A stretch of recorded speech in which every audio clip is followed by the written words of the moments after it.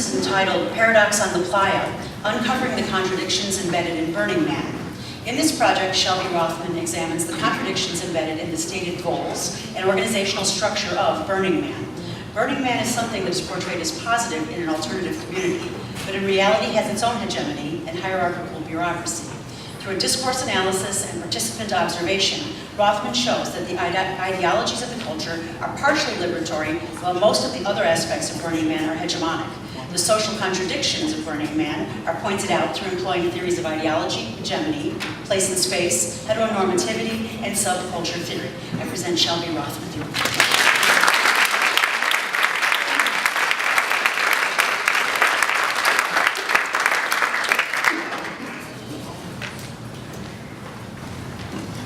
Thank you, Anne. Thank you, everyone, so much for being here.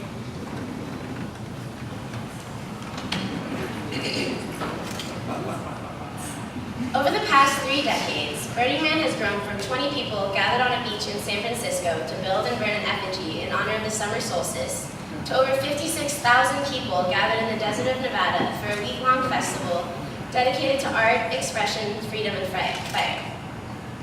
It is a celebration of participants' humanity, uniqueness, and connectedness, oftentimes in ways that challenge social norms and taboos. As the event has grown, so has the community, culture, and the organization behind Burning Man. Now, what exactly is Burning Man? Many people say that trying to explain Burning Man to someone who has never been there is like trying to explain colors to a blind person. It is important to at least make clear what it is popularly viewed as. Burning Man, an experiment in temporary community, is the official headline of the event. It takes place once a year during the last week of August in Nevada's Black Rock Desert. This part of the desert is called Black Rock City and is also known as the Playa. The city is constructed by tens of thousands of participants and then taken down after 1 week each year. Everything is taken out at the end of the event, including people's trash, leaving a barren desert the rest of the year. Spread throughout the entire Playa are hundreds of camps with different themes. This is a bird's eye view of Burning Man. Although the Burning Man event is only 1 week out of the year, it is a subculture having smaller event and online communities year-round. One of the first big signs of a subculture is if it has names for its members and a lingo that most other people do not know about. People who attend Burning Man and/or participate in the Burning Man community are referred to as burners. The term default world is coined by burners to mean the world outside of Burning Man. This is the rest of society and people that are not on the Playa, both physically and in an ideological mindset. A major part of attending Burning Man is to ideally be able to implement the event's 10 principles and values in the quote-unquote default world, and ideally have some sort of radical impact. The fundamental ideals of the Burning Man event and culture are liberal and supportive of an alternative outlook. However, the hegemonic organization, the hefty cost of a ticket, and other realities of the event show that Burning Man is a living social contradiction. I have personally been involved with the Burning Man community for the past 3 years. In 2012, I was volunteering at the site of the event in the desert for a couple weeks prior to and after the burn. This provided me with insider observations on the individuals that run the event, the ones that are behind the curtain, so to speak. This paper examines aspects of Burning Man, pointing out the contradictions that are embedded within it using a combination of participant observation and a theoretical discourse analysis. First, the current research done on Burning Man is looked at. Second, I draw on theories from space and place and subcultures to understand the background and history of the event, organization, and culture.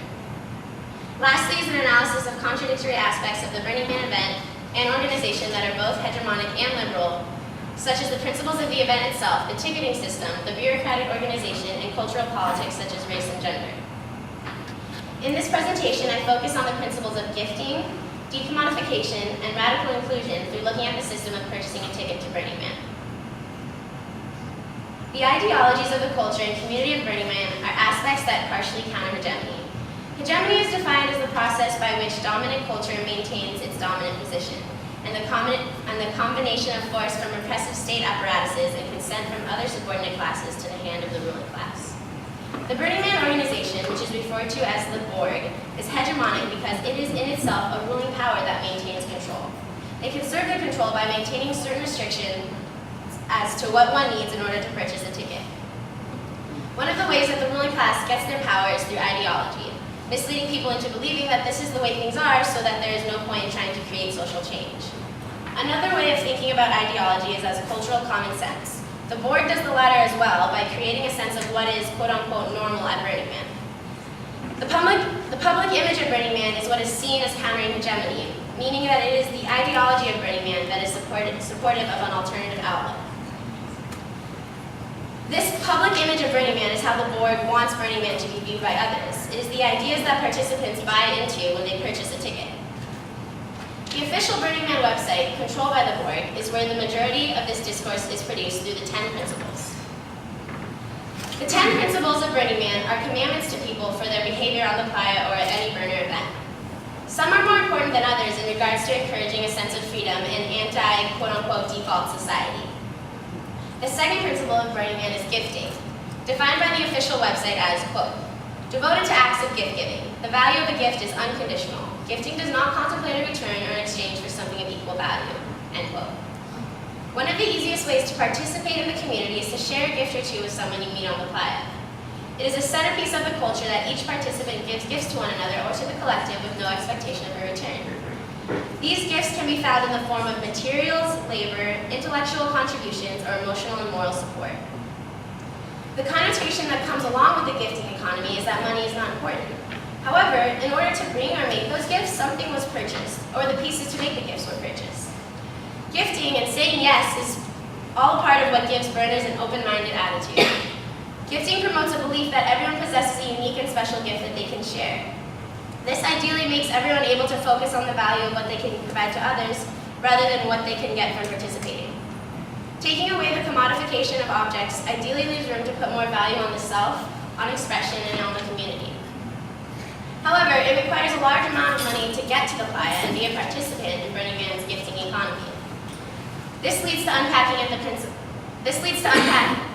looking at the principle of decommodification from the website. Quote, in order to preserve the spirit of gifting, our community seeks to create social environments that are unmediated by commercial sponsorships, transactions, or advertising.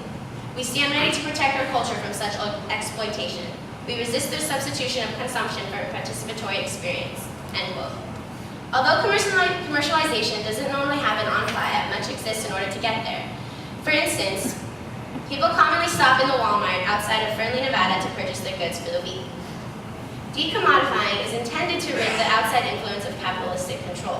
However, in order to have 1 week that is not commodified, participants need to hyper-consume, stocking up and buying supplies from chain stores all across America. Commodification and capital are not necessarily invisible on the Playa. Commerce is merely restructured and thought about differently at Burning Man.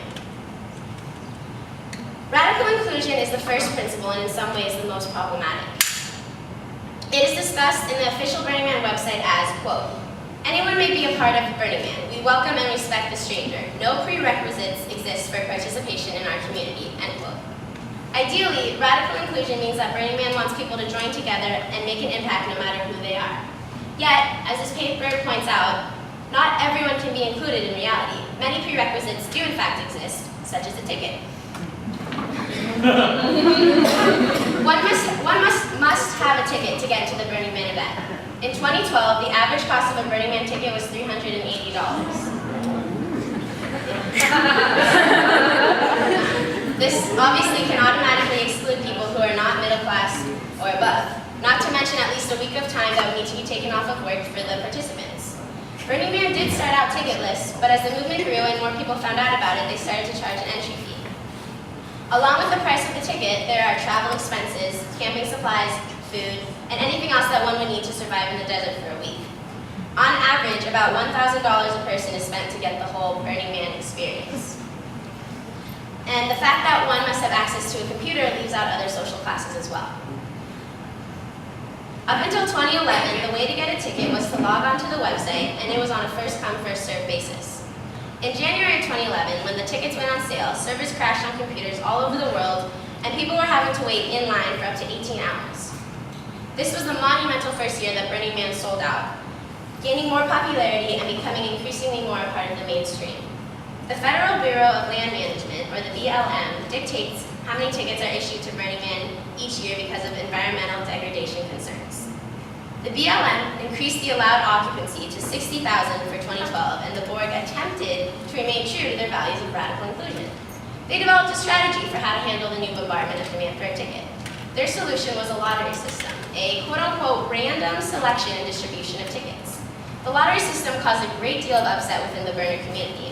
It was random, so therefore there were individuals who made large contributions to the event that were not selected in the lottery. The board was blamed heavily and criticized immensely across the blogosphere. People were outraged that so many tickets went to virgin burners and veteran burners were left out. They wanted it to be fixed right away and were extremely vocal about this concern. The people of the community tried to be heard by the ruling class, the board. Burners were not shy about their dislikes of the lottery system, especially when scalpers started to sell tickets at upwards of $1,000 on StubHub and Craigslist. So what is Borg's plan for the next year after such harsh criticism? They did ask participants of the community for suggestions on the website. Nevertheless, in January of 2013, the Burning Man organization announced burner profiles. According to the organization, the burner profiles are, quote, a system to help facilitate the flow of information we regularly collect from Burning Man participants for ticket sales, theme camps, and other things that people do and create for Black Rock City. Initially, the burner profile will be used as part of the pre-registration process for ticket sales to Burning Man 2013, end quote. In other words, the board is reminding the public that we are in their service and creating for their benefit, and they want to keep their eyes on us as much as they can. There is much conspiracy theory out there in light of the profile system. The Borg, and only the Borg, have the right to use any or all of the personal information in the future. Within the privacy policy of the profiling system, the official website states, quote, we use the personal information that we receive to operate the website, produce the Burning Man event, and for Burning Man-related projects. Your personal information may be stored on our system and shared among Burning Man affiliates, end quote.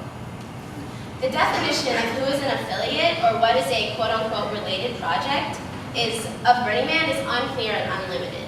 The fact that personal data is gathered and stored about a burner in an ambiguous location is odd, even for Burning Man, and it makes sense to cause uneasiness within the community.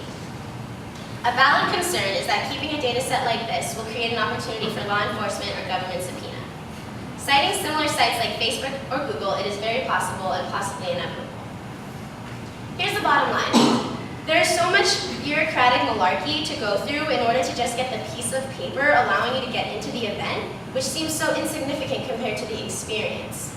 It is extremely contradictory to the very first principle of Burning Man, radical inclusion. There are no prerequisites to participate in the community. There is a prerequisite, a ticket, which requires a gigantic amount of its own prerequisites. The board has constructed an event that is riddled with ironic contradictions, and this ticketing system is just the start of it. The board never asked the community choice that is within our society everywhere, even at a clothing optional event in the middle of the desert. Burning Man started as a fight for anti-establishment and a counter to dominant mainstream culture. But what happens when what burners believe in becomes a part of the establishment? Following the analysis in this paper, it is made clear that the stated goals and the organizational structure of Burning Man are embedded with contradictions. Along with what I have covered in this talk, this project also unpacks the leave no trace and communal effort principle. I uncover the consequences of the increasing amount of law enforcement on the Playa and the hierarchy of the Department of Public Works, the people who work under the board and get certain privileges at the event that other burners do not. I also analyze the lack of racial diversity at Burning Man and the reproduction of gender roles and heteronormative values on the Playa. It is important to see these contradictions because many people feel a sense of freedom and liberation but do not know what is behind this illusion. Social contradictions can be found in many different groups and subcultures, and it is pertinent for readers to be aware of this. We need to figure out ways to organize certain cultural movements that are revolutionary because realistically there still needs to be an organization behind it. However, this organization does not necessarily need to be such a bureaucratic one like that of Burning Man. The important contradictions examined in this paper that are embedded in Burning Man only skim the surface of studies that can be done surrounding the whole spectrum of Burning Man. There are other kinds of scholarship left to be covered that can be discussed in the future. For instance, there is the environmental impact of Burning Man. The majority of people ride around on bicycles at the event, and that would be very beneficial to the environment if more societies as a whole could live that way. However, the act of burning so many resources is extremely harmful for the environment, yet it continues to happen year after year for ritualistic purposes. Burning Man strives on being different from quote-unquote default society. However, the contradictions prove many aspects of this alternative subculture to be just as hegemonic as the mainstream default world. The amount of change that has occurred since the event's first small gathering on the beach is astronomical. It is very likely that as Burning Man becomes more popular and there is an increase of media attention, there will be more contradictions, taking the event and culture farther and farther away from its foundational principles. The hope lies in the many smaller burner events around the world whose focus is on the importance of community. Since each of them has less attendees, price of admission is affordable if not free. This allows for full radical inclusion into the community and less formal bureaucratic organizing is required. If these small groups continue to thrive and stay below the radar, the dream of a pure, radically alternative and non-hegemonic society filled with freedom, art, and love may very well be possible. However, the ideologies of the culture will most likely never directly reflect the reality of the event because everyone experiences Burning Man in a different way depending on their subjectivity and cultural upbringing. Burning Man, the event, is a personal experience. The rest is just a hegemonic means to a somewhat liberal end. Thank you.